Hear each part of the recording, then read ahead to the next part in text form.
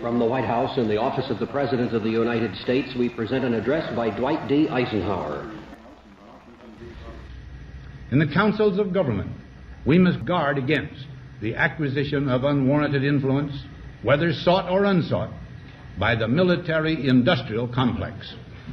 We must also be alert to the equal and opposite danger that public policy could itself become the captive of a scientific, technological elite. And we'll be faced with equally consequential decisions in the 21st century. Can a microscopic tag be implanted in a person's body to track his every movement? There's actual discussion about that. You will rule on that, mark my words, before your tenure is over. Can brain scans be used to determine whether a person is inclined toward criminality or violent behavior? You will rule on that.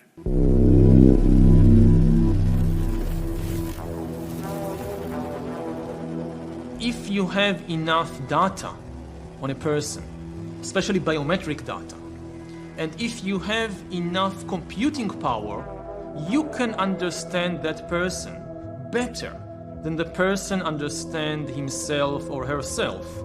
And then you can control this person, manipulate them, and make decisions for them.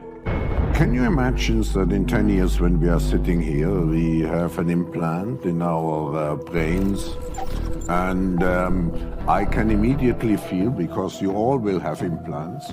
People will literally be part of a network. All the bodies, all the brains would be connected together to a network, and you won't be able to survive if you're disconnected from the net. With AI taking over many of the unskilled and possibly some of the skilled activities, then there will be people for whom seems to be society. It won't have much use for these people. We need to accept that there will be some pain in the process. I think we're going to have to think about a recalibration of a whole range of human rights that are playing out online. Individual carbon footprint tracker. Many of these things will be built directly into our bodies. That's a hostile corporate takeover of your body and a digital surveillance censorship dictatorship. President Eisenhower tried to warn us about this years ago. The hostile takeover of a scientific, technological elite. They provide much more powerful intelligence for decision making. Can a microscopic tag be implanted in a person's body to track his every movement? You will rule on that. The next phase is the surveillance going under our skin. Now that we've cracked the code of life, it will not take much longer before we can start to play God. The new powers that we are gaining now, especially the powers of biotechnology and artificial intelligence, are really going to transform us into gods. It's a total, complete AI takeover of every facet of human life, like Harari and others have been saying. Given all the technological developments, it might be feasible, even easy, to support people, even if they don't work, to give them a universal basic income, to give them enough food, enough medicine, and so forth. The big question is meaning.